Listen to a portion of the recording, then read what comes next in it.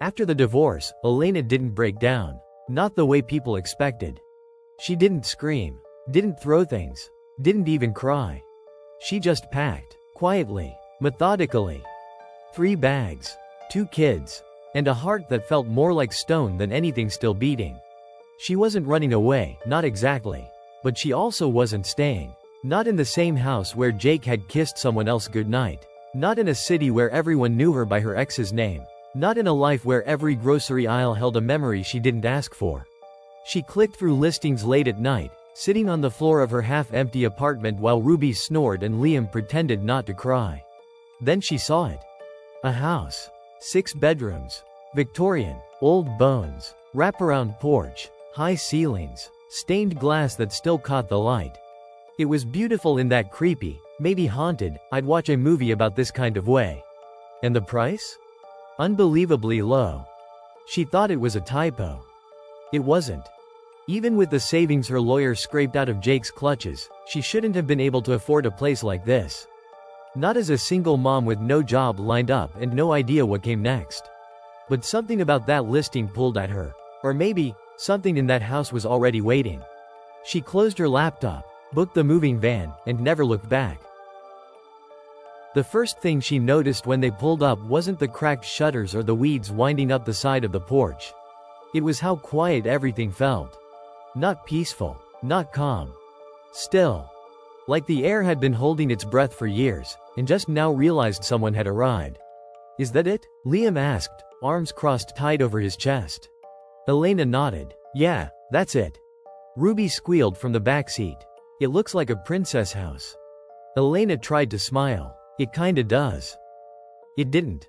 It looked like something that used to be beautiful, before time started peeling it apart. But she was too tired to care. She'd made her choice. The real estate agent barely stuck around, handed over the keys, muttered something about character, and bolted before Elena could ask why the last owners left without taking their furniture. The front door creaked open like it hadn't been touched in a decade.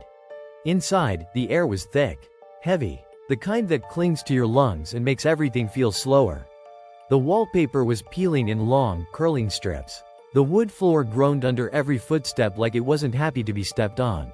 And the light through the stained glass windows cast strange shapes that didn't quite match the frames. But Ruby twirled in the middle of the foyer like she belonged there. I love it, she said. It smells like an old library. Liam wrinkled his nose. It smells like dead rats. Elena ignored them both. Because she didn't care if the place was ugly. She didn't care if it needed work. She didn't even care that there was no signal, no neighbors, and no internet for at least a mile. She just needed a place to disappear. That first night, they didn't have beds yet. Just sleeping bags on the hardwood floor, surrounded by boxes and shadows. Elena couldn't sleep. Not really. She laid there, staring up at the cracked ceiling, listening. To what? She wasn't sure. The wind, maybe. The old pipes. The creaking of an ancient house settling into itself again. But then, she heard it. A giggle. Faint, childlike, and too close. She sat straight up, heart in her throat, breath frozen. The kids were asleep. Ruby, curled like a kitten under her blanket. Liam, snoring softly, headphones still in his ears. The sound hadn't come from them. It came from the hallway. From the walls. She held her breath and waited. Nothing. Just the wind again, or maybe the house. She laid back down. Didn't sleep a minute. The next morning, Ruby gave the house a name. She named it Willow. Why? Elena asked, watching her stir cereal into a soupy mess. Because she's sad, Ruby said. Sad? Yeah, Ruby nodded. She's been alone too long. She told me. Elena blinked. Who told you? Ruby didn't look up, just kept stirring. The house. Elena laughed nervously. Okay, well, maybe don't listen too hard. Old houses make weird noises. But Ruby wasn't joking. She said she used to have a little boy. Liam groaned from the couch. Ruby, shut up. Ruby frowned. She misses him. She said he used to talk to her. But now she's just cold. Elena froze. Cold? Ruby nodded. That's why she creaks. Because she's shivering. They unpacked slowly over the next few days. Elena tried to breathe again. Tried to focus on little things, like organizing the kitchen or hanging up family photos, even if half of them still had Jake in them. The nights stayed strange. Lights flickered. Floorboards shifted even when no one moved. Doors stuck, then slammed shut without warning. But Elena kept telling herself the same thing. It's just an old house. They do that, right? Until day 7. The night that made her blood run cold. She woke up at 3:17 a.m. No reason. Just sat bolt upright, heart racing like it had heard something before she did. She strained to listen. Nothing. Then, knock. From the wall behind her bed. One knock, then two. Then, silence. She stood up slowly, pressed her hand against the wall. Cold, too cold, ice in her palm cold. She whispered, "Is someone there?" Of course, nothing answered. She tried to go back to sleep. But then came the laugh. That same giggle from the first night. Only this time, it was closer. Right behind her ear. She didn't sleep at all after that. She just sat, curled in her sleeping bag, staring into the shadows and trying to pretend she hadn't heard what she heard. The next morning, Ruby asked if she'd met Thomas yet. Elena blinked. Who's Thomas? Ruby smiled, dragging her fingers along the wall like she was petting it. He's the boy who lives here. Liam threw his toast on the plate. Can you stop being weird? He's not mean, Ruby said. He just gets lonely at night. Elena looked at the wall. It didn't move, didn't speak, but it felt like it was listening. She opened the floor plan that evening, looked through every room, every hallway, every inch. It didn't show anything odd. But Ruby said Thomas lived in a room, in between rooms. A place no one could see unless they listened hard enough. Elena wanted to dismiss it, wanted to roll her eyes and say, that's just imagination. But that night, when she tried to sleep, the knocks came again, then the laugh, and then, the whisper. Faint, but unmistakable. Mommy. So now let me ask you. Where are you watching from? Drop your country in the comments. Go on. Because it doesn't matter if you're in USA, Brazil, Canada, or somewhere too small to show up on a map. If a house wants you bad enough, it'll find you. Even through a screen.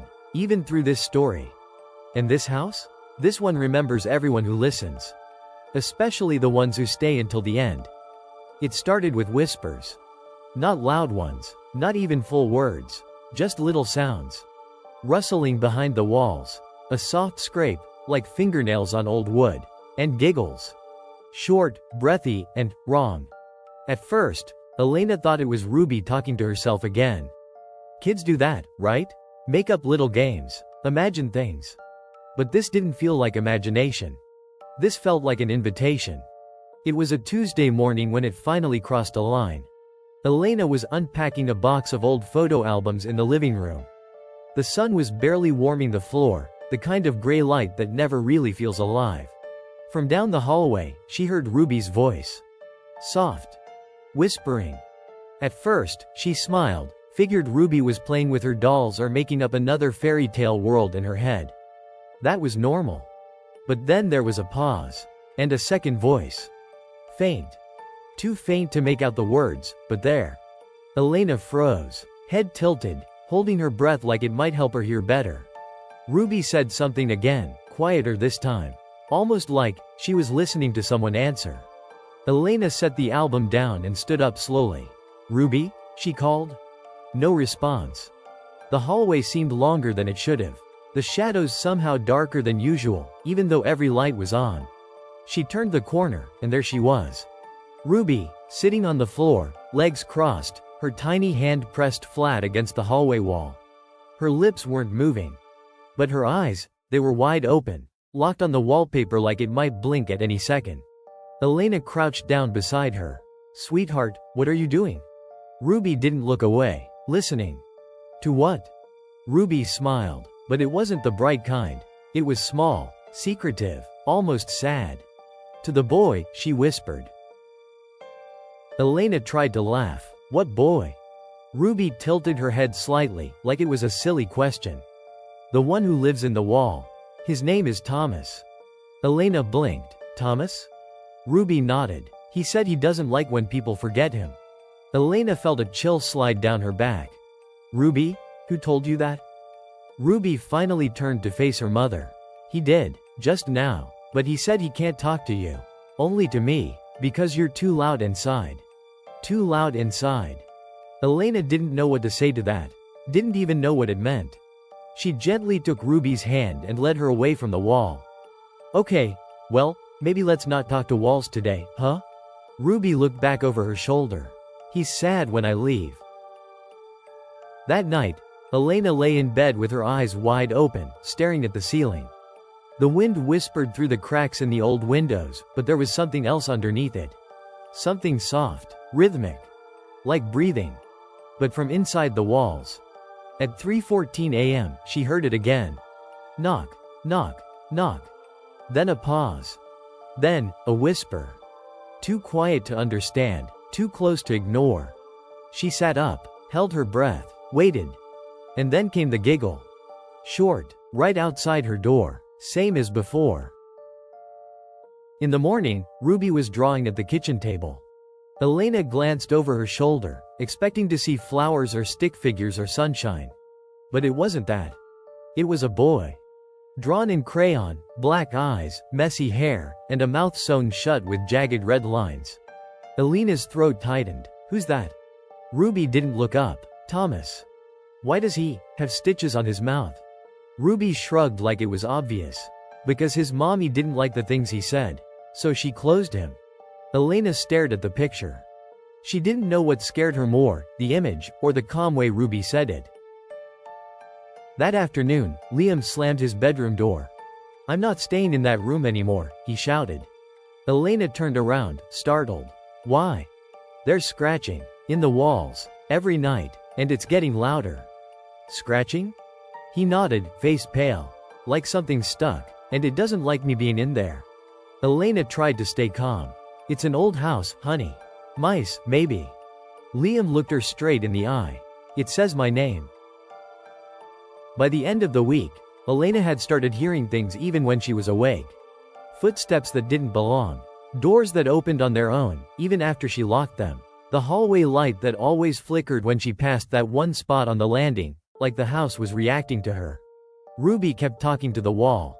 Every morning, every night. Sometimes for hours. She'd sit pressed up against the same patch of wallpaper, whispering, giggling, nodding. Like she was listening to a bedtime story no one else could hear. Elena finally had enough. She knelt beside Ruby and gently pulled her away. I need you to stop doing that, sweetheart. Okay?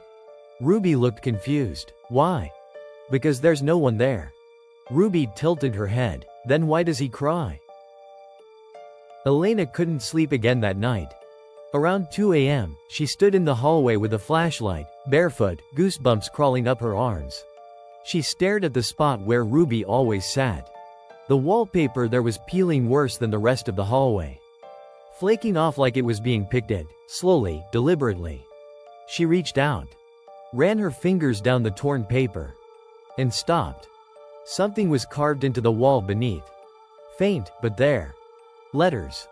A name. Thomas. Her hand shook. And just as she traced the last letter, the light flickered. The air dropped 10 degrees. And she heard something from behind the wall. Not a voice. A sob. Elena brought in a contractor the next morning. An older man, local, said he'd been working in the area for years. He looked around the house, tapping the walls, squinting at the corners. When he got to the hallway, he paused. What's behind this wall? She asked. He stared at it too long. Then shook his head. Nothing. Should be solid. But it's hollow, she said. He nodded slowly. Yeah, I know. Then he packed up and left without saying another word. That evening, Ruby told Elena she couldn't sleep. He's scared tonight, she whispered. He thinks you're going to open his door. Elena's heart pounded. What door? Ruby stared at the hallway wall. The one where his mommy locked him in. Elena didn't touch the wall again. But that didn't stop it from touching her. Some nights she'd feel it. Like a breath on her neck when no one was there. Other times, she'd swear she saw shadows move behind the light. Liam stopped sleeping altogether, said he saw someone crawl across the hallway one night, low to the ground. Too fast to be human. Ruby? She only got quieter. She stopped drawing. Stopped smiling. And one night, she whispered, "He says he's going to come out soon." Elena didn't respond. She just stared at her daughter, trying to figure out if this was just a game, or a warning. She didn't know anymore. But she knew one thing for sure. Something was in the wall. And her daughter? She wasn't just talking to it. She was making it stronger. Let me ask you something. Have you ever had a wall whisper your name? No? Good. Elena didn't notice it right away. That's how it works with houses like this. They don't show you their secrets all at once. They wait. They watch you settle in, let you breathe, let you think maybe, just maybe, you're safe. And then? They creak. Just a little. They crack a door that you swore was closed. They whisper in corners. They leave something behind that wasn't there the night before. And in this case, they move things. It started with Pepper, their cat. One afternoon, she vanished. Not just hiding under the bed, vanished, but completely gone. No meows, no scratching at the door. Just gone. Ruby cried for an hour straight. Liam shrugged like he didn't care, but he checked the backyard 3 separate times. By nightfall, Elena was starting to worry. She opened closets, lifted couch cushions, shook boxes, nothing. Then Liam saw it. Just a flash. A white tail slipping behind an old wardrobe at the end of the upstairs hallway. "Mom," he called. "She's back there." Elena climbed the stairs, flashlight in hand. It was late. The house was already humming the way it did at night, low, like someone was murmuring behind the walls. The wardrobe was huge, antique, dark wood and far too heavy to have ever been moved by one person. But there it was, just slightly pulled from the wall, a few inches off the molding. "Pepper?" Elena called. No sound. She and Liam pushed the wardrobe. It groaned against the floorboards. Behind it was not a wall. It was a door. Not a normal door either. No knob, no frame. Just a square cutout in the plaster, sealed with thin, uneven boards that had been nailed in like someone was in a rush to make it disappear. "What the hell?" Elena whispered. Liam stepped forward and knocked. The wood echoed hollow. Elena's heart dropped. She had seen the floor plan, studied it, memorized it even. This wasn't on it. "There's something back there," Liam said. Elena nodded. "Yeah, and someone didn't want us to find it." She grabbed a hammer from the basement, ignoring how every step down the stairs made her feel like she was being followed. Back upstairs, she pried at the boards. The nails screeched as they came out. Liam didn't speak. He just stood there, staring at the darkness beyond the broken wood. One by one, the boards gave way. Dust exploded from the gap like the room had exhaled for the first time in decades. And what lay behind? A room. Small, cramped, cold. No windows, no light, just wood, and silence, and the smell of rot so deep it stung her eyes. Why would someone seal off a room? Liam asked quietly. Elena didn't answer. Because deep down? She already knew. They stepped inside. The floor was warped. One corner sloped down like it had sunken into the earth beneath it. There was a single item in the center of the room. A child's rocking horse. Painted white, faded now, with peeling red trim and one eye missing. It was surrounded by tiny handprints in the dust, like someone had been crawling, circling it. Over, and over, and over. And on the walls? Scratches. Not graffiti, not artwork. Scratch marks. Dozens of them. Some low, some high, some deep enough to gouge the wood clean through. Elena felt like her skin was buzzing. "I want to leave," Liam whispered. She nodded. "Yeah, let's go." They sealed the door back up, pushed the wardrobe in front of it. Didn't tell Ruby. Didn't tell anyone. They both agreed it was better that way. But that night, Elena had the dream. She was standing in the sealed room again. Except this time, it wasn't empty. The rocking horse was rocking, slow and steady. And in the corner, was a boy. Small, thin, curled in the shadows like he belonged there. His eyes were wide, lips stitched, shirt torn and stained with something brown and old. He raised one hand slowly, reached out, and opened his mouth. But nothing came out. Only the sound of scratching. She woke up drenched in sweat, her breath ragged, her chest tight. The hallway was silent. Too silent. She got up, padded toward the kids' rooms, checked on Liam, still asleep, headphones in. Ruby's door was open. The light from the hallway fell across her tiny body, sitting, awake, staring at the wall. Elena stepped in slowly. "Sweetheart?" Ruby turned, her face pale. "He's mad," she whispered. "You opened his room." Elena froze. "Ruby, what are you talking about? You weren't supposed to." He said, "Now everything will start over." "Who said that?" Ruby looked back at the wall. "He did." The next day, Elena went back up alone. Moved the wardrobe again. The boards were nailed back up. Every single one. She hadn't touched them. Neither had Liam. And she was sure of it. But they were there, fresh, new nails hammered into old wood. The house had closed it again. But not before letting something out. From that day on, everything changed. The shadows grew longer, even at noon. The hallway light flickered only when she passed. The mirrors started warping, not broken, but wrong. Like they reflected things that weren't really there. Liam got quiet, withdrawn. He stopped going upstairs alone. And Ruby? She wouldn't go near the wardrobe. "He's awake now," she whispered one morning over toast. "And he's remembering everything." Elena started seeing the boy from her dream. Not clearly, not in full form. But flashes, in reflections, in doorways, in the corners of her eye. She'd blink and he'd vanish. But the feeling stayed. Heavy, sad, and deeply, horribly, angry. She searched the basement for old records. Anything, blueprints, a history. She found nothing. Until one day, tucked in the lining of a drawer in the laundry room, she pulled out a piece of paper. Yellowed, crinkled, barely legible. A different floor plan. From decades ago. And on it, that room was marked. Labeled in tiny faded ink, "Punishment Room." That night, Elena stood at the top of the stairs for almost an hour. Just staring down the hallway. She could hear the breathing again.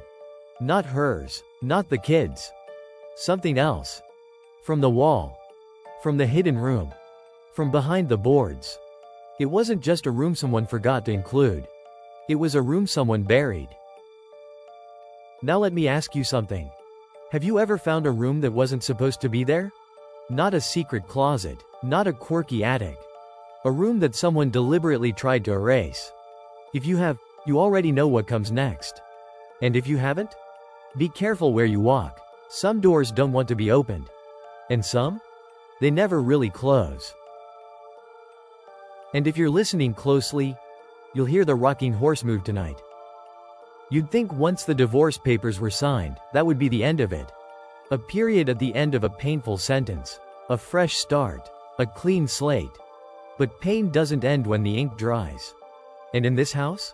Nothing stays buried. It was a Thursday afternoon when the envelope arrived. A thick manila one, unmarked, unremarkable. No return address. Just wait. Elena knew before she opened it. Inside was the final judgment, dissolution of marriage. Her name, Jake's name, a court seal that meant, this is over. She stared at it, let the silence fill the kitchen. No tears came, no relief, either. Just a cold, dull ache settling in her chest like wet cement. And then, a sound. From upstairs. Thump. Soft but sharp, like something falling, or being dropped. Elena froze, still clutching the envelope. Another thump followed, heavier this time, slower, almost like footsteps. She went up. Each stair creaked under her bare feet. The house always groaned at night, but this wasn't that. This felt like movement. Ruby's door was open just a crack. Elena pushed gently. "Honey?"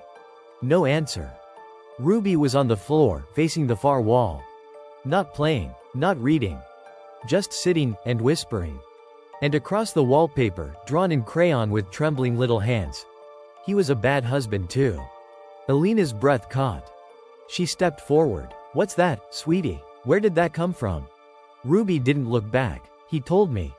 Elena kneeled slowly. Who? Ruby whispered, Thomas. That night, Elena sat on the front porch, the envelope still in her hands. The sky was bruised with clouds. The kind of night where even the moon didn't want to be seen. She watched the trees sway, felt the paper vibrate faintly in her lap, or maybe it was her hands that were shaking. She told herself this was closure, that she needed this.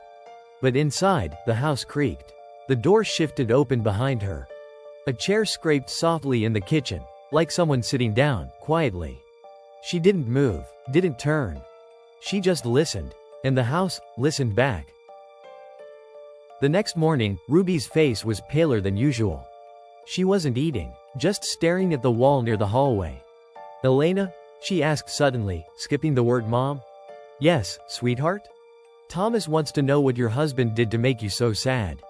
Elena paused. What? He said you cry in your sleep. He hears it through the wall. Elena forced a smile, though her voice cracked. Well, he shouldn't worry about grown-up stuff.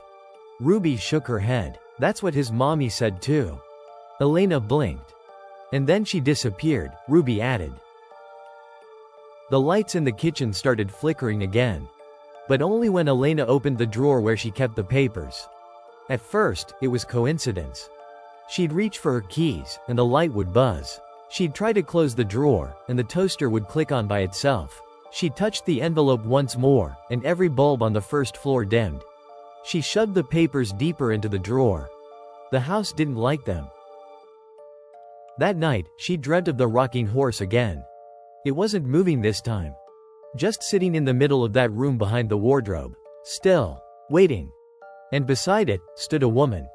Dressed in white, hair tangled, mouth twisted in a scream, but no sound came out. Just a long silence. When Elena woke up, the drawer was open. And the envelope? It was on her nightstand. She asked Liam if he had touched anything. He shook his head without lifting his eyes. Said he didn't go in that room anymore. Said it felt like the air was listening in there. He paused, then added, I think it remembers Dad. Elena almost asked him what that meant. But she didn't want to know. The mail came again. This time, it brought no letters. Just a black and white photograph. Old. Curled at the edges. No note. In it, a woman stood in the upstairs hallway of the house. Same wallpaper. Same light fixture. Same spot Ruby whispered to. The woman's face was blurred. But someone, peeked from behind her. A child, just barely visible in the shadow of the wall. Mouth sewn shut. Eyes empty. Elena dropped the photo and burned it. But the next day? It was back in the mailbox.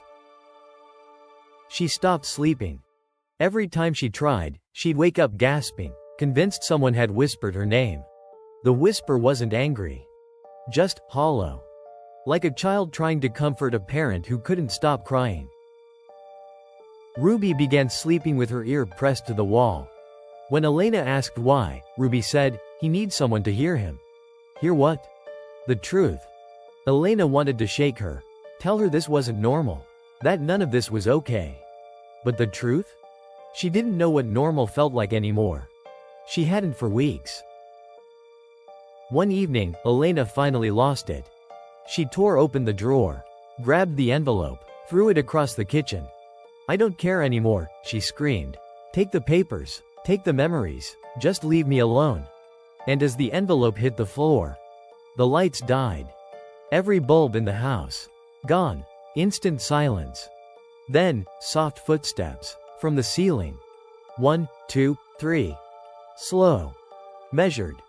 Coming down the stairs. Elena ran to the kids' rooms. Liam, awake, terrified. Ruby, sitting up, calm. She looked at her mother and said, You shouldn't have yelled. She remembers now. Elena crouched. She? Ruby nodded. The woman in the walls. The one who sealed Thomas in.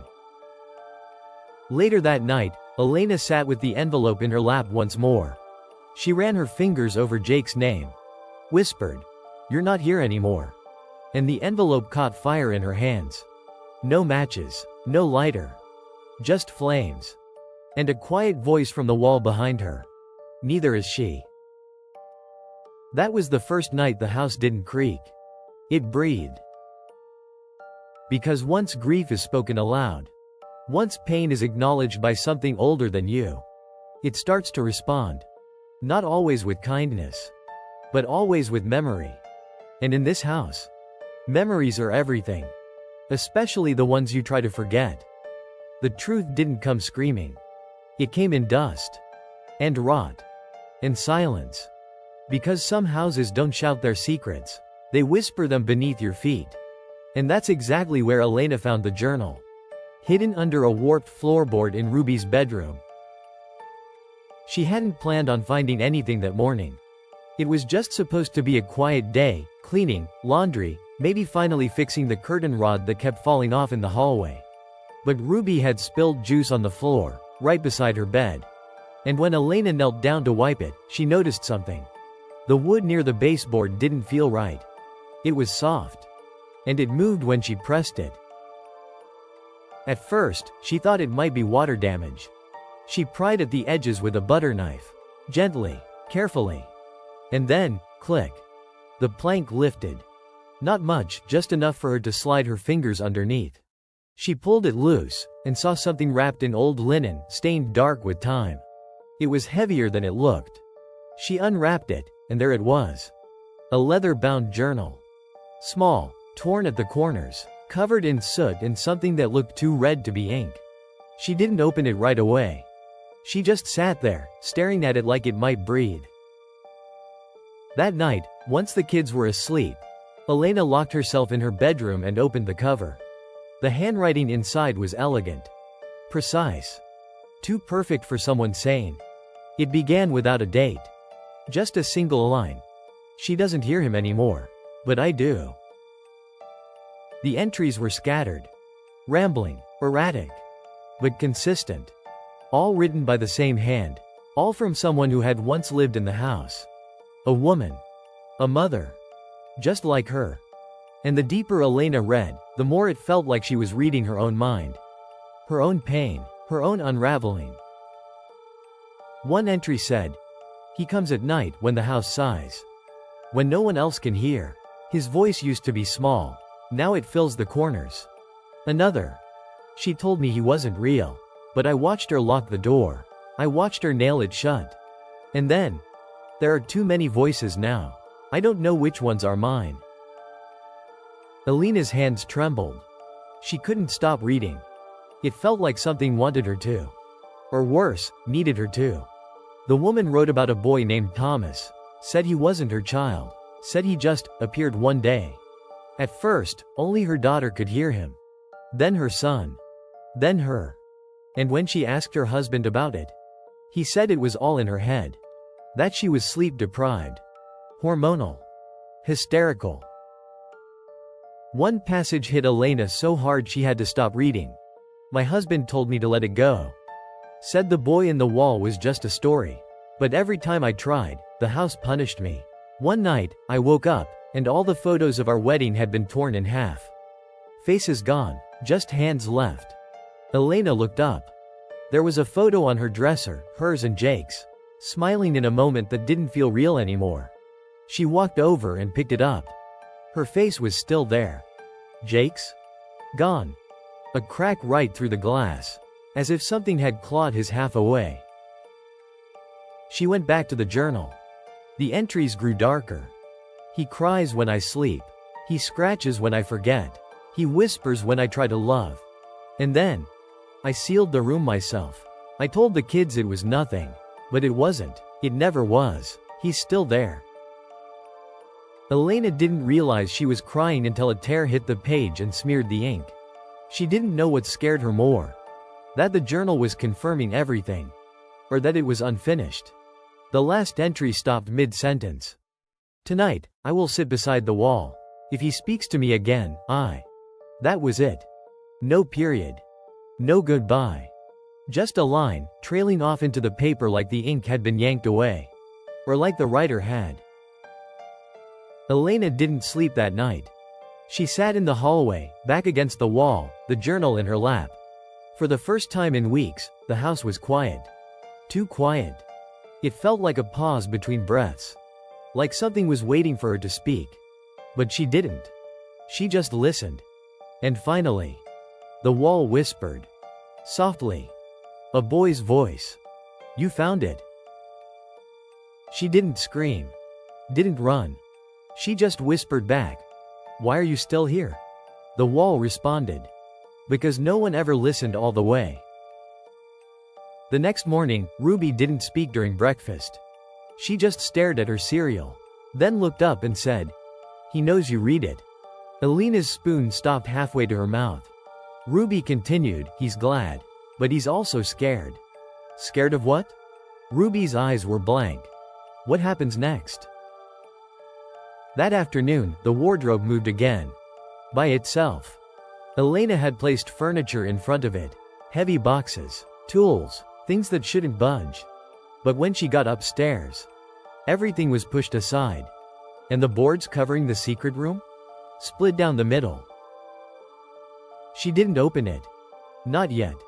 Instead, she went back to the journal. Looked at the final page. And noticed something she hadn't before. There were faint words written in the margin. Tiny. Almost invisible unless the light hit them just right. She tilted the book toward the window, and the letters revealed themselves. Don't let the house finish what it started.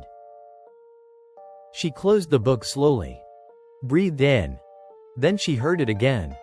From behind the wall. Not Thomas. Not a whisper. But a sob. A woman's voice. Broken. Tired. And deeply, horribly familiar.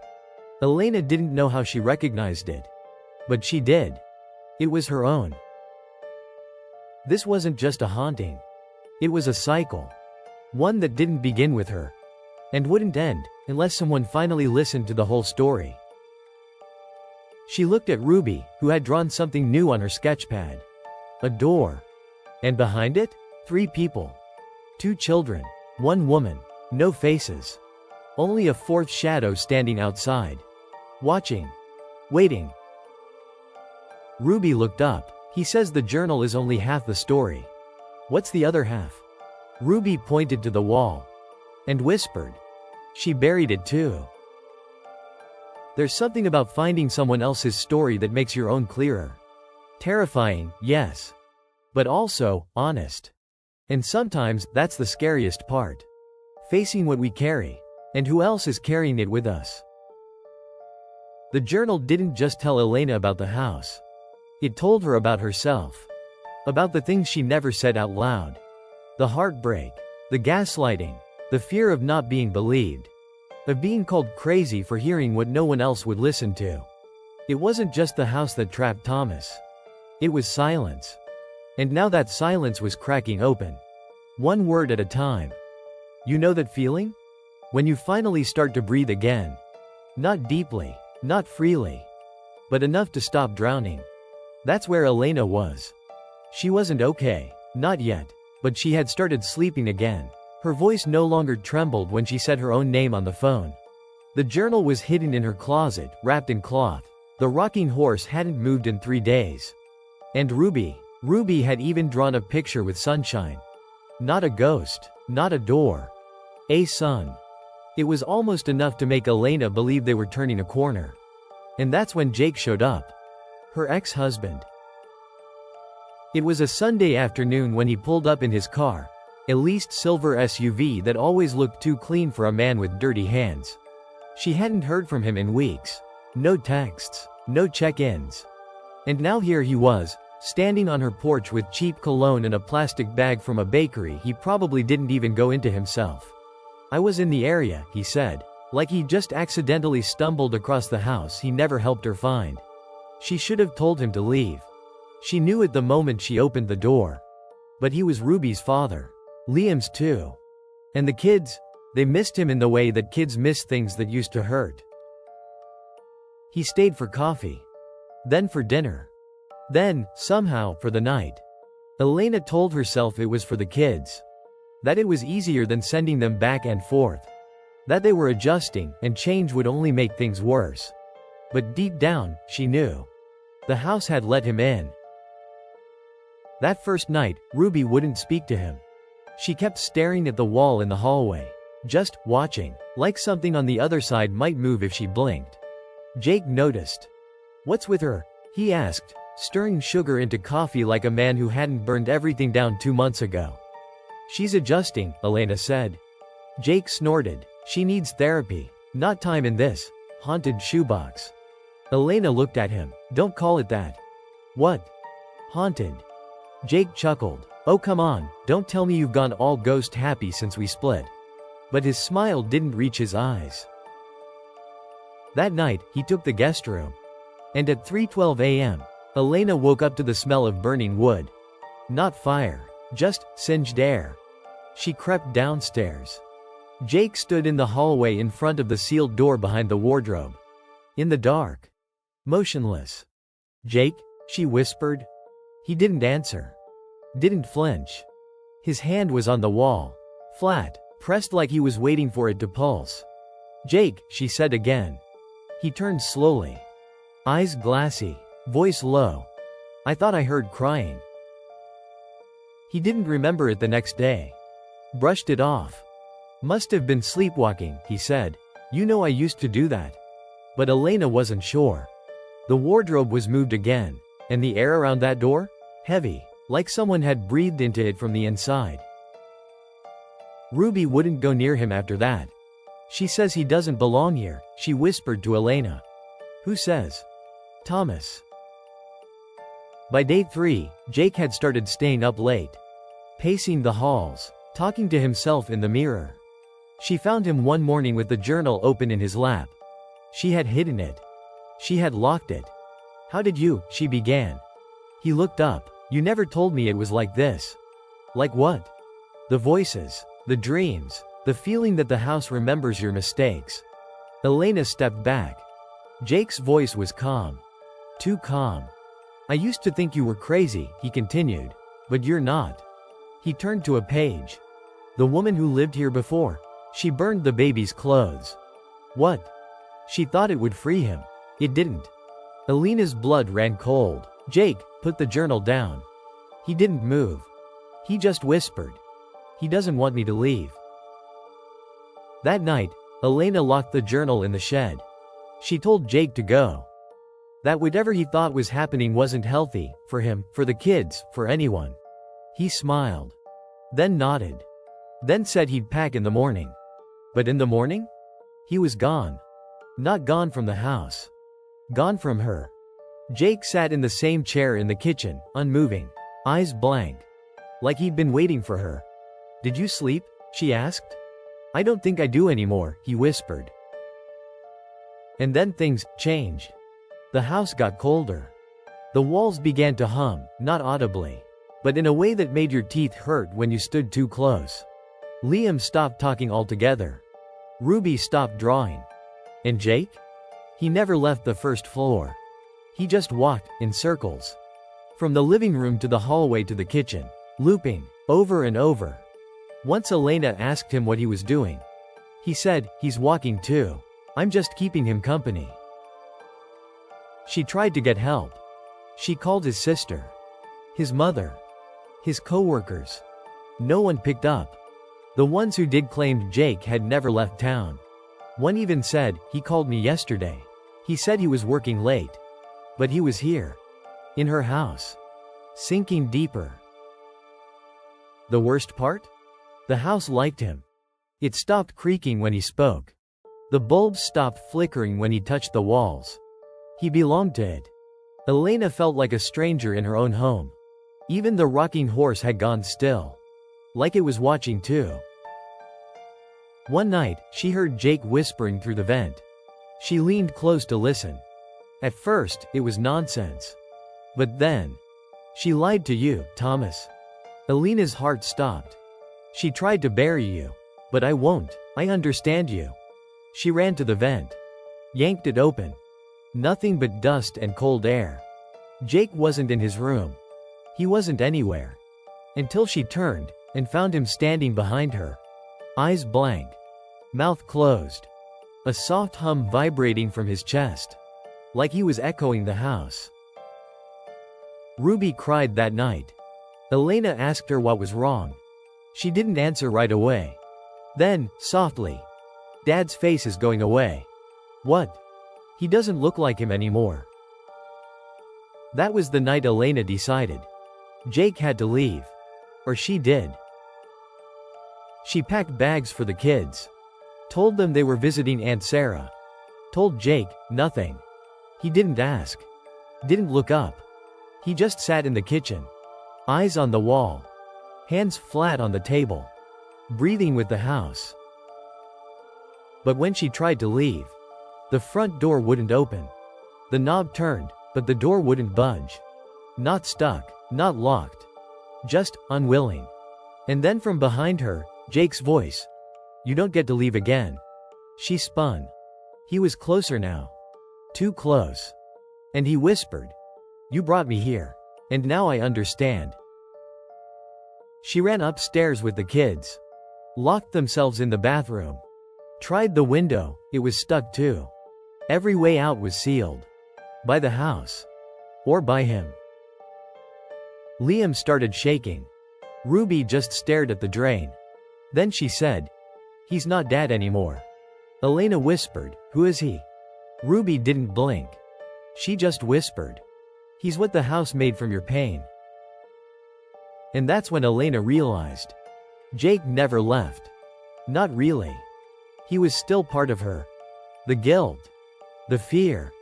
The way she second-guessed herself every time she stood too close to a man who smiled when he lied. Jake was a wound that never fully closed. And now the house had taken him.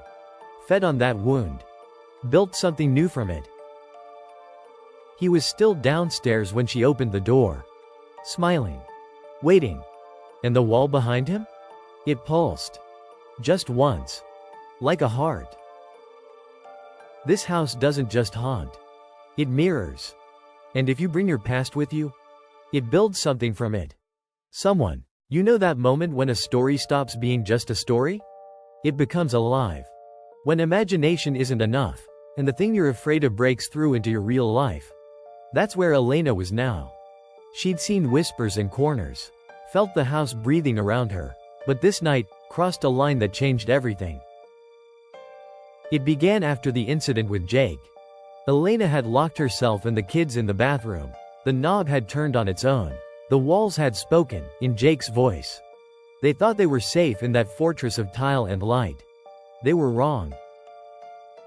Just after midnight, Elena heard Ruby scream. Sharp, piercing, like something ripped right through the quiet. Elena bolted out of the bathroom. Ruby stood frozen in the hallway, staring at the wall. One corner of the plaster looked wet. She stepped closer and saw it. A narrow streak, dark red, dripping down. Like a wound. On the wall. Blood. Elena's blood ran cold. Her voice shook. Ruby, is that blood? Ruby didn't answer. She was pressed close to the wall, staring at the stain. And then it pulsed. Just like a heartbeat. Slowly. Terrifyingly. A wet patter sound echoed as more fluid seeped from the plaster. It pooled at Ruby's feet. Elena sank down beside her daughter, both of them watching as the wall wept. Dust joined the liquid, turning it brownish red, like old rust. She whispered, "What do we do?" Ruby's voice was small. He said it was time to remember. Liam came running from the guest room. Saw them. Saw the bleeding. And stumbled back. He knelt beside them. "Gross," he said, but his voice cracked. Elena touched the stain. Warm. Fresh. Too real. They all backed away. Elena grabbed a towel and pressed it against the wall, trying to stop the flow. But the towel got soaked within seconds. She looked at Liam. "Help me." He pressed his shirt to the wall too. Both of them holding it in place. But no matter how much they absorbed, it kept seeping. And then Ruby said something loud enough it echoed down the hallway. "That's my blood." Elena froze. Emptied the bloody towel in a bucket and approached Ruby. Ruby stood pale, tears streaking her cheeks. "Ruby, your blood?" Elena whispered. Ruby nodded. "Thomas said it's his blood, too, but, pause, backquote, it's coming from me." Elena grabbed Ruby, pulled her close. "You're bleeding?" "I think, through the wall." They rushed to the bathroom.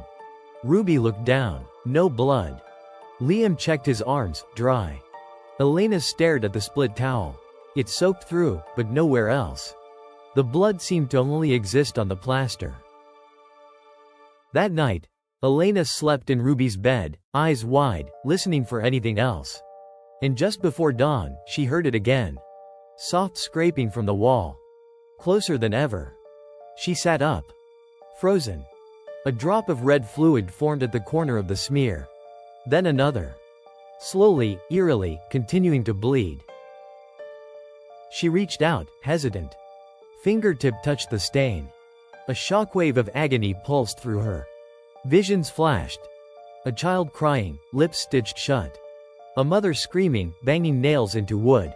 A young woman collapsing in the hallway, her head cracking against the wall.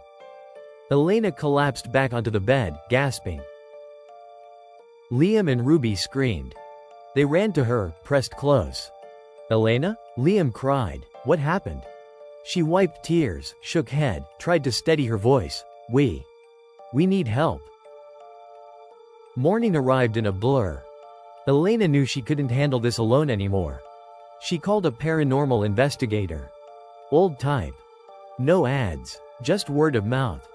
He arrived midday, gray-bearded, eyes tired. He knocked once at the wall. Just a tap. He paused. Then his face changed. White. He turned to Elena. "This isn't your average haunting." He asked about the divorce papers, the journal, the previous husband situation. Elena recited every detail, faster than she thought possible. He followed her to the wall. He cleared his throat, whispered, "This is resonance. Emotional bleed through." He sketched lines. Took readings with his EMF meter. He confirmed what Elena already knew deep down. This house is leaking memories. Not just her memories. Someone else's sorrow, rage, and blood, filtered through walls, through time, into the physical world. He turned his meter off. "It's tied to the trauma of the house." Elena asked, "Can you stop it?" He hesitated. "There's no reversing this, but we might redirect it."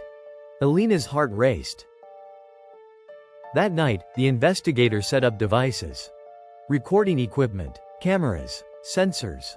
He left them running in the hallway. Elena watched from the bathroom doorway. She barely breathed. At 3:13 a.m., it happened again. A low rumble. A fresh flow of blood. The recorder beeped. Sensors spiked. Ruby sobbed. Liam shouted. The investigator stood transfixed. He whispered, "It's responding." He raised his recorder to the wall. It picked up a voice. Soft. Childlike. "Remember me?" The investigator's eyes welled. He turned full face to Elena. "You need to leave, now." Elena gathered her children. They backed away from the wall, barely touching it. Elena said, We're leaving tonight." Ruby looked at her, tears shining. "He wants us to remember him." Elena nodded. "And we will." They stayed that night in a cheap motel. But the next morning, Elena found one thing inside Ruby's backpack. A smear of dried red. Not on paper. Not in a bottle. On her wall. Inside them. They carried the bleeding with them. And back in the house? The hallway wall stood there, silent. Clean. Waiting. Because the worst part about a house that bleeds is that the stain follows you. There are moments a mother never forgets. Not birthdays. Not first steps. Not even the night they cried in your arms after their first nightmare. But there's one kind of moment that cuts deeper than any of those. The moment you reach for your child, and your hand closes on air. It happened 3 days after the wall started bleeding. 3 days after Elena thought the house had reached its limit. She was wrong. The house wasn't finished. Not even close. That morning had been unusually quiet. Too quiet. The kind of quiet that doesn't soothe, but makes your stomach twist. Elena had taken the kids to a motel after the bleeding incident. She was planning to leave town. Maybe forever. But Ruby begged to go back. Just for a few hours, she said. I left something. What? Ruby wouldn't answer.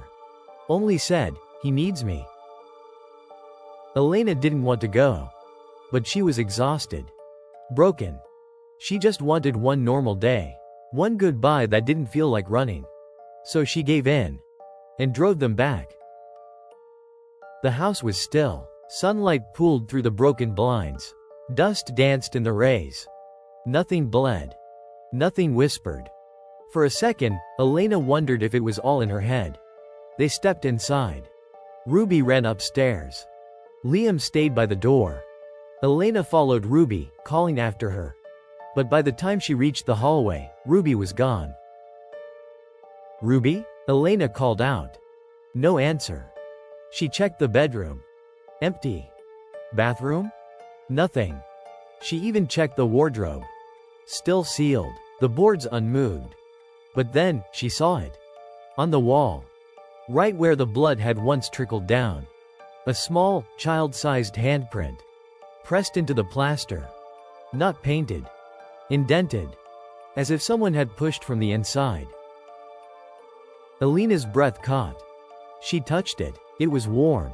Ruby, she screamed. Still no answer. She ran downstairs. Panic now gripping her throat. Liam, have you seen her? He shook his head, pale. No, I haven't heard anything. That's when Elena heard it. Faint, distant. A giggle. From within the walls. She ran back up. Pounded on the hallway plaster. Ruby. Another giggle. This time, followed by a whisper. She's with me. The voice wasn't Ruby's. It wasn't Thomas either. It was something older. Something tired. Something deep. Elena tore down pictures from the wall. Pressed her ear to every surface. She could hear her daughter laughing. Playing. Running. Inside the walls. She screamed until her voice cracked. Tore at the wallpaper. Scratched at the floorboards. But Ruby didn't answer. Only the wall did. She wanted to remember. That night, Elena didn't sleep. She sat in the hallway.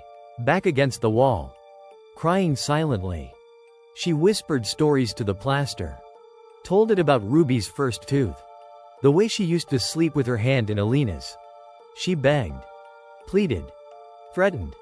But nothing worked. Until 4:17 a.m. When she heard Ruby's voice. Clear, sharp, just inches from her ear. Mommy? Elena jumped. Pressed her face to the wall. Ruby? I'm cold. Baby, where are you? I don't know. Can you see anything? Dark, but he's here. Who? A pause.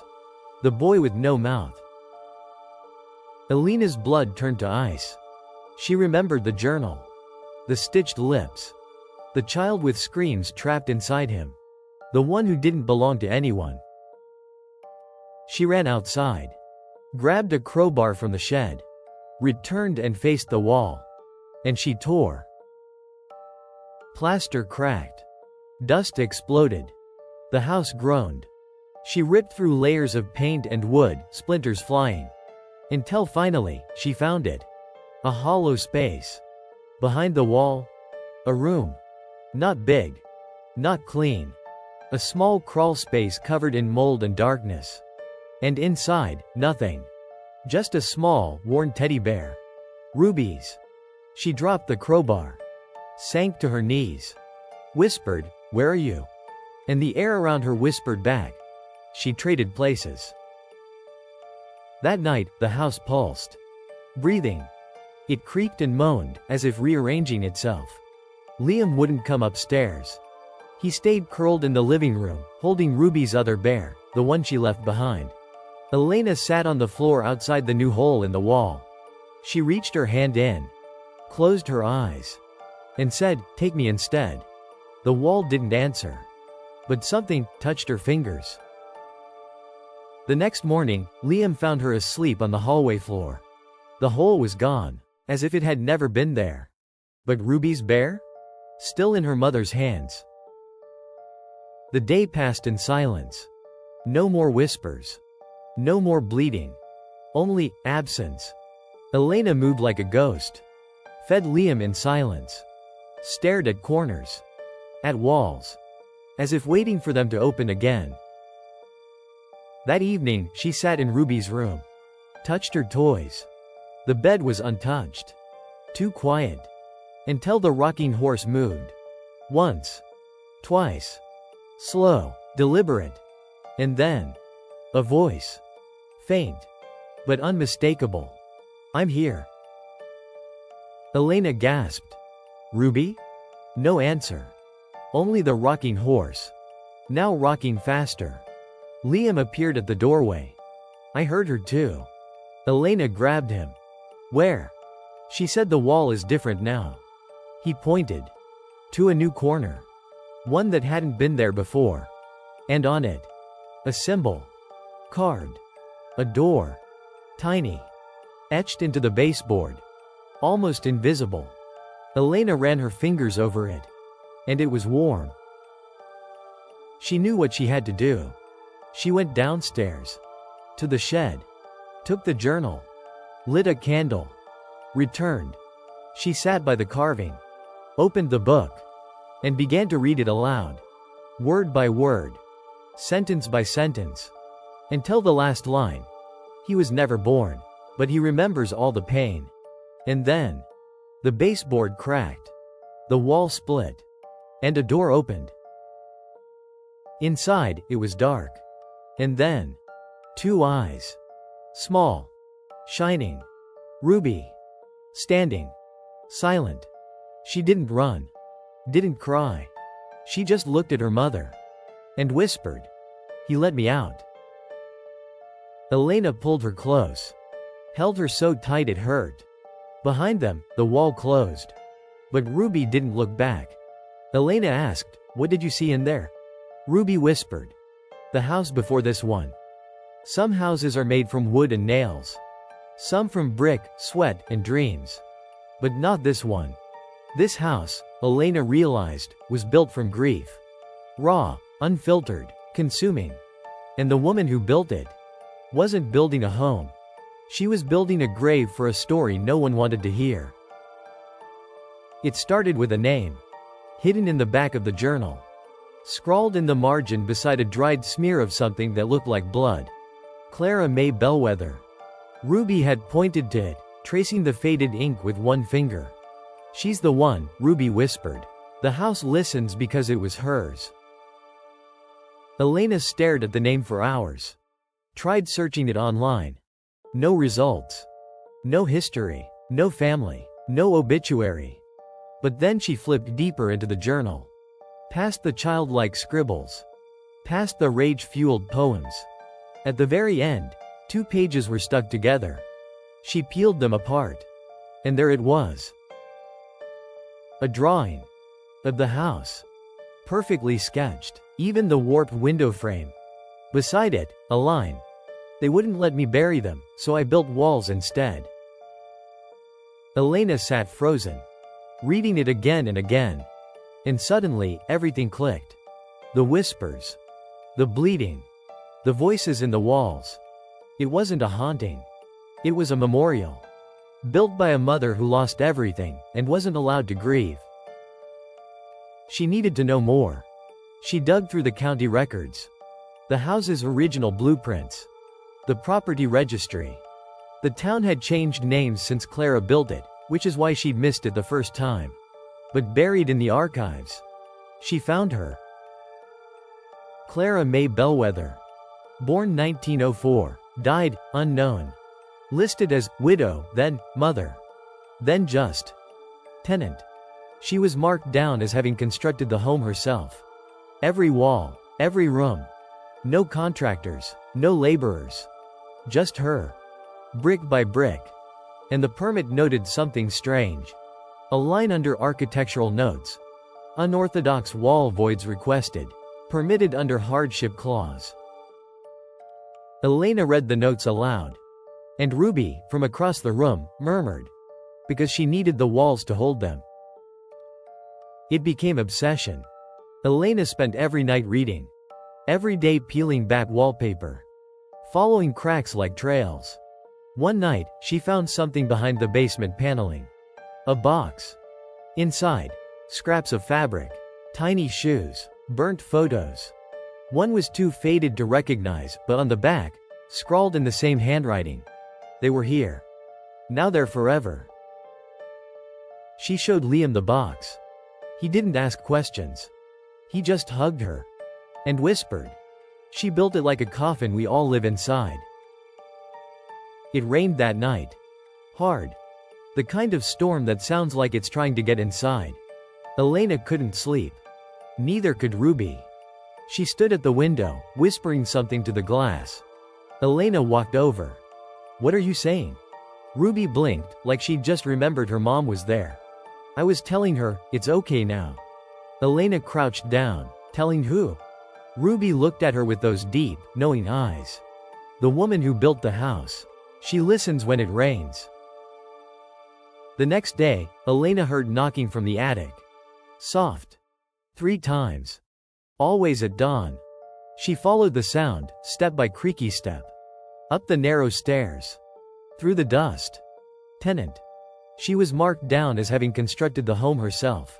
Every wall, every room. No contractors, no laborers. Just her. Brick by brick. And the permit noted something strange. A line under architectural notes. Unorthodox wall voids requested. Permitted under hardship clause. Elena read the notes aloud. And Ruby, from across the room, murmured. Because she needed the walls to hold them. It became obsession. Elena spent every night reading. Every day peeling back wallpaper. Following cracks like trails. One night, she found something behind the basement paneling. A box. Inside, scraps of fabric. Tiny shoes. Burnt photos. One was too faded to recognize, but on the back, scrawled in the same handwriting. They were here. Now they're forever. She showed Liam the box. He didn't ask questions. He just hugged her. And whispered. She built it like a coffin we all live inside. It rained that night. Hard. The kind of storm that sounds like it's trying to get inside. Elena couldn't sleep. Neither could Ruby. She stood at the window, whispering something to the glass. Elena walked over. What are you saying? Ruby blinked, like she'd just remembered her mom was there. I was telling her, it's okay now. Elena crouched down. Telling who? Ruby looked at her with those deep, knowing eyes. The woman who built the house. She listens when it rains. The next day, Elena heard knocking from the attic. Soft. 3 times. Always at dawn. She followed the sound, step by creaky step. Up the narrow stairs. Through the dust. And behind an old shelf, she found something new. A small door. Barely 2 feet high. Just wide enough for a child to crawl through. It hadn't been on any blueprint. But she knew what it was. A memory compartment. A hidden grief chamber. Built by Clara May Bellwether herself. Elena crawled through. Inside, it was silent. Not empty, but still. And on the wall, scratched into the wood with a pin or fingernail, was one final note. If you ever hear them again, don't be afraid. You are not the first mother to lose them. You won't be the last. Let the house hold you too. Elena wept. Right there, in the crawl space. Not for herself. Not even for Ruby. But for Clara. A woman long gone. Whose sorrow had calcified into architecture. She stayed there for hours. Let the silence wrap around her. And when she finally crawled back out, the house was still. Not cold. Not whispering. Just still. That night, Ruby smiled in her sleep. The first smile in weeks. And Liam, he hummed to himself while brushing his teeth. The air felt lighter. Even the light bulbs flickered less. The next day, Elena did something she hadn't dared to since the divorce. She opened every curtain in the house. Let the sun in. Let the light land on the walls like forgiveness. And she whispered, "Thank you, Clara. We'll remember them with you." But as she turned to leave the room, she saw it. Just barely visible in the corner of the wall. Another drawing. Childlike. Simple. 3 stick figures, 1 tall, 2 small. A heart around them. And underneath, in the smallest handwriting, "They're mine now too." They say a mother will do anything to protect her children. That's what I used to believe too. Until I realized there are things you can't protect them from.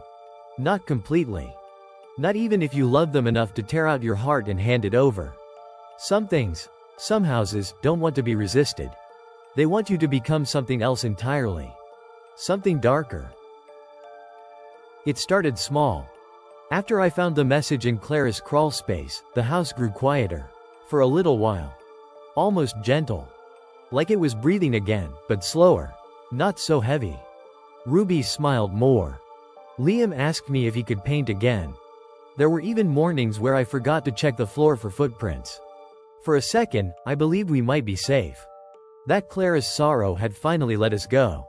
But I should have known better. The house doesn't let go. It just changes the rules. The first sign came when I was brushing Ruby's hair. She sat still, unusually calm. Almost distant. I hummed softly, the way I used to when she was a baby. And then she said it, quietly, like an afterthought. "She wants to see you now." I paused. "Who, baby?" She blinked slowly. "The one who lives behind the mirror." I felt something tighten in my chest. "You mean Clara?" Ruby shook her head. "No, Clara built the house, but she woke it up."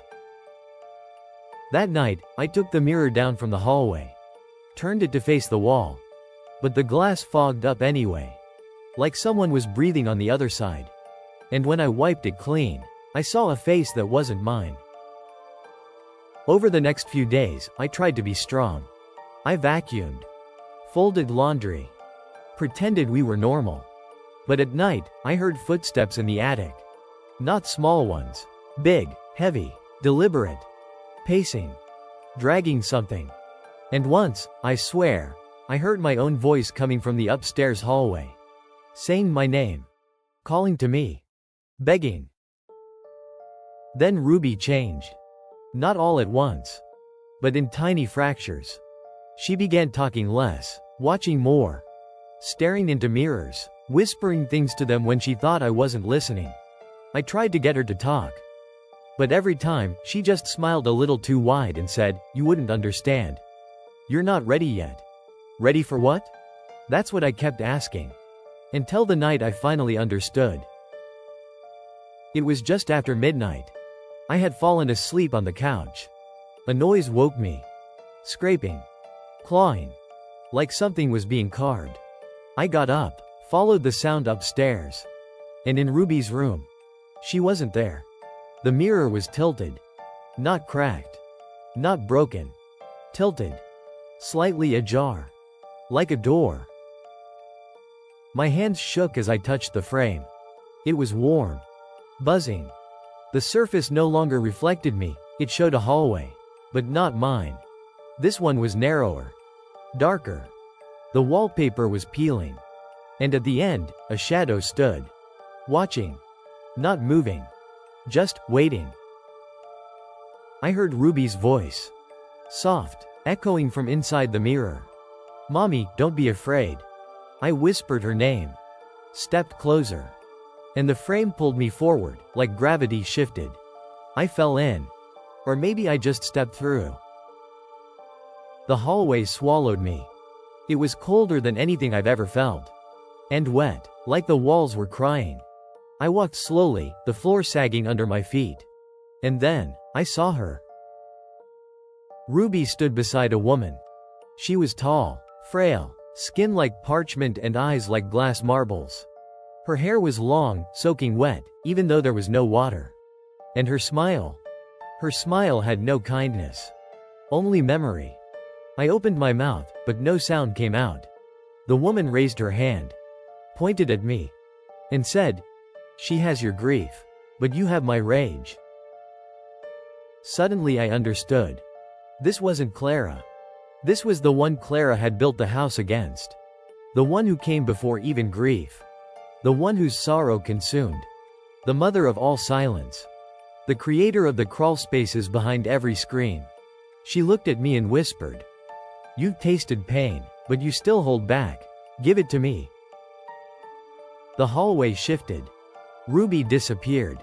The woman took a step forward. And suddenly, I remembered everything I tried to forget. The betrayal. The nights alone while my husband slept beside another woman. The years I shrank smaller just to keep the family from breaking. The moment I signed the divorce papers with shaking hands, still hoping he'd stop me. The rage I'd buried so deep I convinced myself it wasn't there. It came rushing up. And I let it out. I screamed. Not just sound, but all of it. The weight of years. Of motherhood. Of being forgotten, dismissed, silenced. The walls cracked. The mirror behind me shattered. The woman smiled. Not because she won. But because I finally became something she understood. And then I was back in Ruby's room. The mirror gone. My knees bruised. Hands bloodied from glass. But Ruby was there. Sleeping peacefully. The next day, everything changed. The lights no longer flickered. The house was quiet. Not silent, just content. Ruby smiled again. For real this time. And Liam started calling me, Mom, again, not just, hey. But I wasn't the same.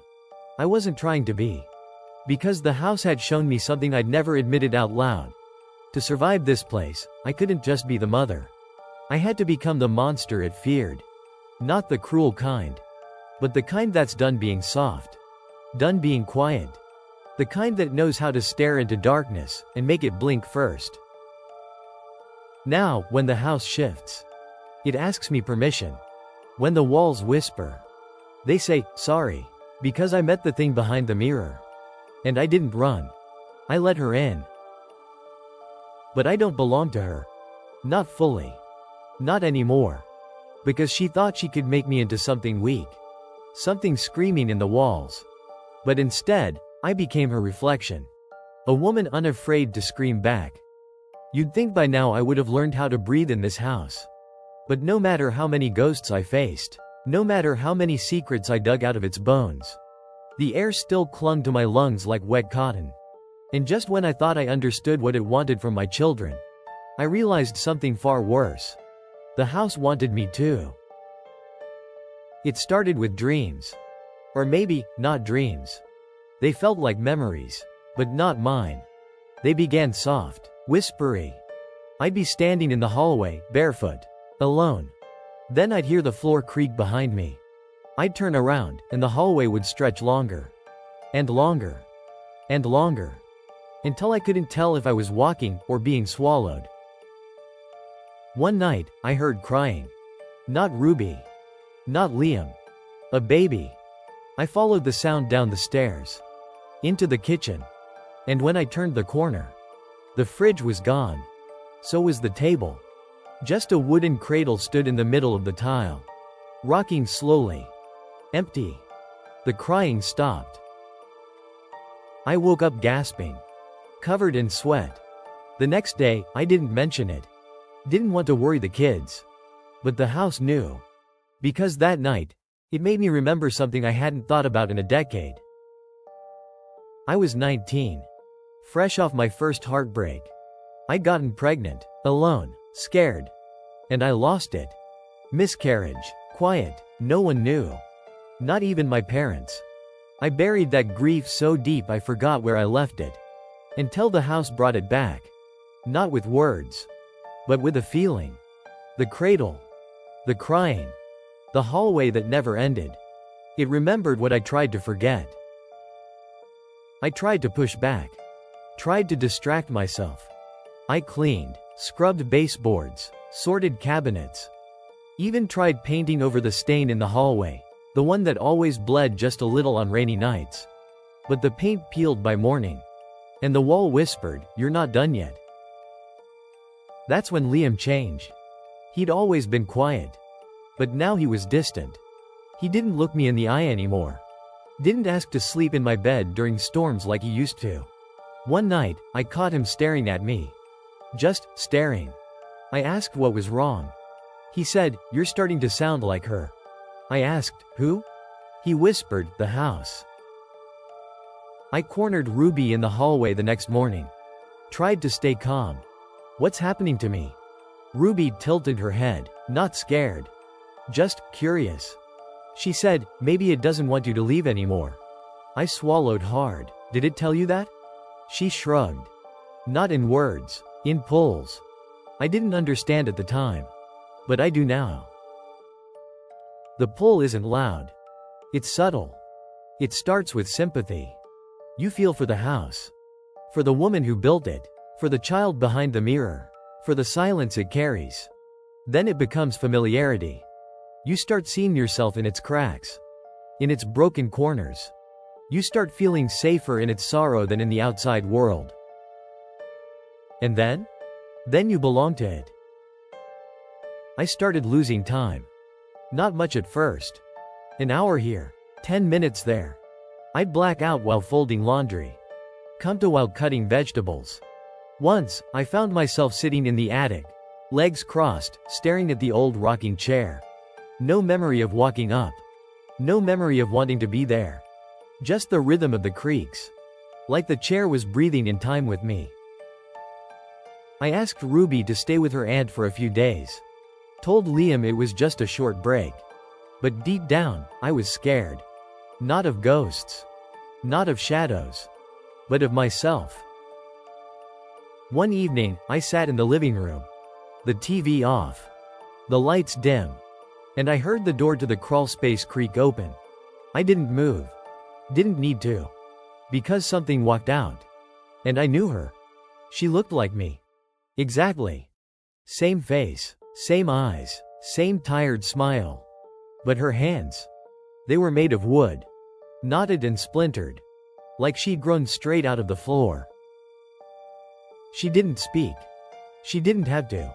I felt her. Felt what she was. The version of me that gave up. The version that let the house swallow her. She knelt down beside me. Touched my cheek with a wooden finger. And whispered with my voice. "If you give yourself to me, the house won't ever let them hurt again." I wanted to believe her. God, I did. But I remembered Clara. I remembered the journal in the floorboards. The walls that bled. The girl with no mouth. The mirror. The baby that never was. And I realized. This house feeds on pain. Not just any pain. Mine. That night, I didn't sleep. I sat in front of the wall in the hallway and spoke to it like it was alive. Because I knew now that it was. I said, "You can keep your secrets, your rooms, your ghosts, but you don't get me." And the wall whispered back, "You were mine before you ever stepped inside." But I didn't run. I didn't cry. I stood up. And I laughed. Because I finally understood something. The house wasn't powerful. It was hungry. Desperate. Built from the agony of women who were told to stay small. Told to bury the things that haunted them. Told to endure. But I was done enduring. So I tore down the wall. Not all of it. Just the bleeding one. Plaster flew. Dust choked the air. Behind it, I found nothing but wood rot and spiders. And that made me smile. Because for all its whispers and tricks and memories, the house couldn't break me. Because I knew now. I didn't belong to it. It belonged to me. And the next morning? Sunlight poured through the windows like it had never left. The rooms felt warmer. Not safe. But seen. The floor didn't creak under my weight anymore. It held me. Like it respected me. Feared me. Because now? Now I was part of its story too. They say fire is cleansing, but they forget what it destroys. It doesn't just burn wood or paint or plaster. It scorches memories, secrets. It chars everything, even what you meant to keep. And yet, there I was, holding the matchbox, shaking. Not from fear, but from knowing that what I was about to do Might mean killing the last part of myself that still remembered who I used to be. The house was quieter now. But not peaceful. It was the stillness of a predator, waiting. The kind of silence you hear before something snaps. Ruby was different. Her eyes no longer sparkled with that defiant, mischievous gleam. Instead, they were too calm, too wise. Like she was carrying something inside her, something that wasn't just hers. She'd stopped sleeping in her room. She said the floorboards whispered all night. Said, the girl behind the wall couldn't rest until we made it right. And Liam? He was just angry. Angry at everything. At me. At the house. At the air that never felt warm, even when the sun was shining. He started drawing again. But not cartoons. Not cars. He drew fire. Always fire. One night, I asked him why. He said, because sometimes, Mom, the only way to stop something from spreading is to burn it where it started. That's when I knew. The house wasn't going to let go of us. Because it never had Clara. Not really. She died long before her body ever did. Piece by piece. Sacrificed to every brick and board she laid down. She didn't build a house. She built a prison. And now, it wanted a new warden. It wanted me. The next morning, Ruby was gone. Gone. I tore the house apart. Her bed still warm. The bathroom light still on. But she wasn't anywhere. Until I heard it. The soft creak of a hinge. The sound of the mirror in the hallway, tilting. Just like it did that night. When I went through. When I saw her. I approached it slowly. No reflection. Just darkness. And a voice from the other side. She's part of us now. Like you always were. I didn't scream. I didn't run. I just whispered. Then you'll burn with us. That night, I lit the first match in the basement. It hissed like the house was trying to put it out. But I fed it. Fed it every journal page, every photo, every shard of mirror I'd hidden in drawers, every drawing Liam had made. I poured lighter fluid across the baseboards. And I waited. The flames didn't scream. But the walls did. Low. Long. Like a mother mourning the child she never wanted to give up. And then the house shifted. The door upstairs slammed. The floor groaned like something massive had just woken. I ran to the stairs. And there she was. Ruby. Standing at the top. Eyes wide. Hair floating like static. And behind her. A shape. Long arms. No face. Fingers that dragged along the walls like wet paint. Ruby, I shouted. She didn't move. Didn't blink. Just whispered. If I leave, she won't be alone anymore. Tears filled my eyes. I stepped into the fire climbing the staircase. Flames licked my legs. My skin blistered. But I climbed. And I screamed. You are not hers. You are mine. And if I have to burn with you to prove it, I will. The thing behind her hissed. A wind rose. The fire bent, then roared louder. Ruby turned. And for a second, just one. She smiled. A real smile. A little girl's smile. And said, "Okay, Mommy." I don't remember much after that. Just heat. Light. Darkness again. And the sound of wood collapsing. And then rain. I woke up 3 days later. In a hospital bed. Liam at my side. Ruby curled up on the chair, asleep. The doctors said we were lucky. Said a neighbor saw smoke. Said I was found clutching both kids in a burned-out patch of the lawn. The fire never spread past our lot. But nothing of the house remained. Nothing but ash. Sometimes, when I close my eyes, I still see her. Not Ruby. Her. The woman who lived behind the mirror. The mother with wooden hands. She doesn't chase me anymore. But she watches. Quiet. Waiting. Because that house wasn't just a house. It was a wound. And wounds don't vanish. They scar. They whisper. Every now and then I dream of it again. The hallway. the cradle, the walls that bleed. But this time, I set them on fire every time I blink. And I hold my children tighter. Because sometimes, the bravest thing a mother can do is burn it all down, even if part of her is still inside. They say the property's been empty for years, since the fire. People in town whisper about what happened, but no one says it outright. Just stories, rumors, something about a woman who lost her mind, burned it all down, dragged her kids into the flames with her. But now, it's been rebuilt. Clean siding, new paint, nothing left of the charred foundation. At least, that's what it looks like. The Johnsons moved in 2 weeks ago. New town, new house, new start. Same story. Mom, Dad, and their daughter, Sophie, 7 years old. All curls and crayons and questions. And for the first week, everything seemed perfect. The plumbing worked. No strange smells.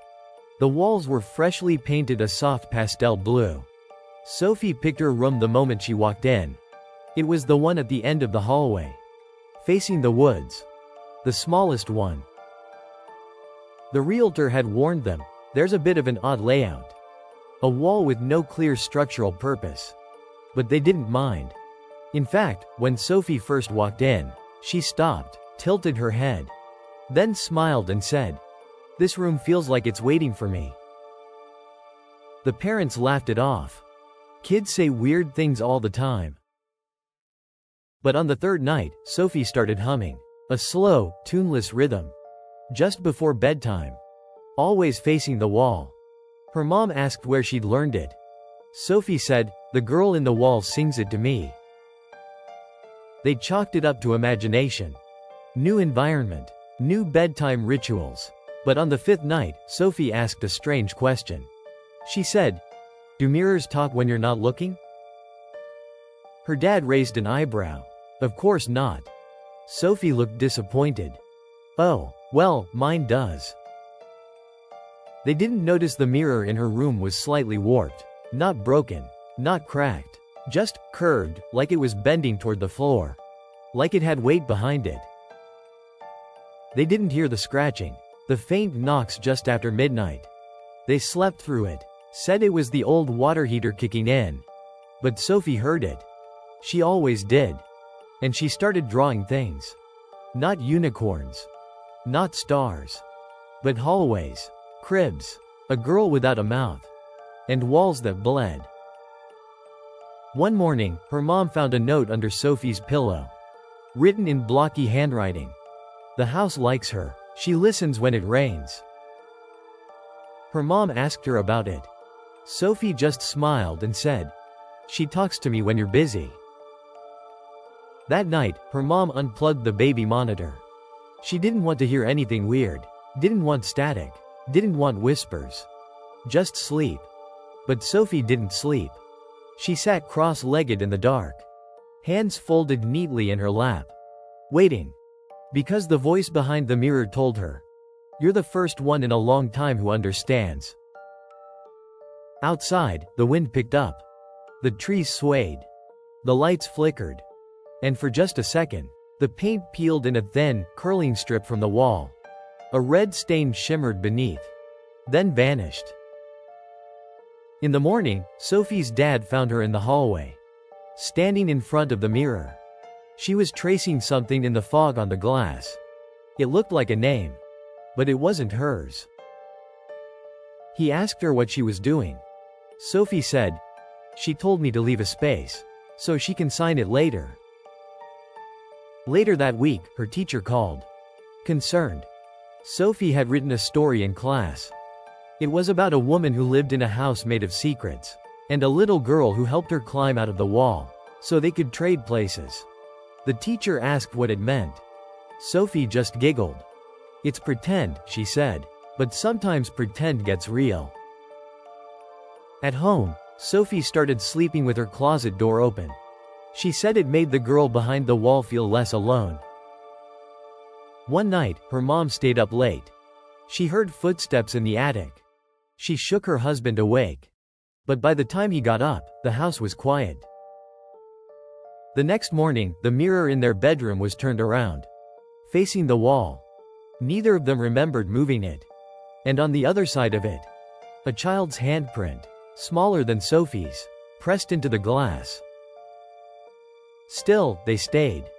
Because the house was warm. Mortgage was low. Neighborhood was quiet. And besides, Sophie seemed happy. She hummed more now. Always the same tune. Over and over. One afternoon, she turned to her mom and said, "She doesn't cry at night anymore." Her mom frowned. "Who doesn't?" Sophie leaned in. Eyes wide, voice soft. "The one who burned." And her mom just smiled awkwardly, patted her daughter's head, and said, "You've got such a wild imagination." They never heard the knocking again. Not really. Just sometimes. On stormy nights.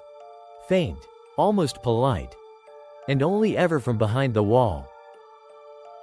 But Sophie hears it. Every time. She tilts her head, smiles, and whispers something back. They say children are more open, more receptive, that they see things we don't, believe things we won't. But sometimes it's not just belief. Sometimes it's memory. And when the mirror fogs up now, on rainy days, Sophie draws pictures in it. Always the same one.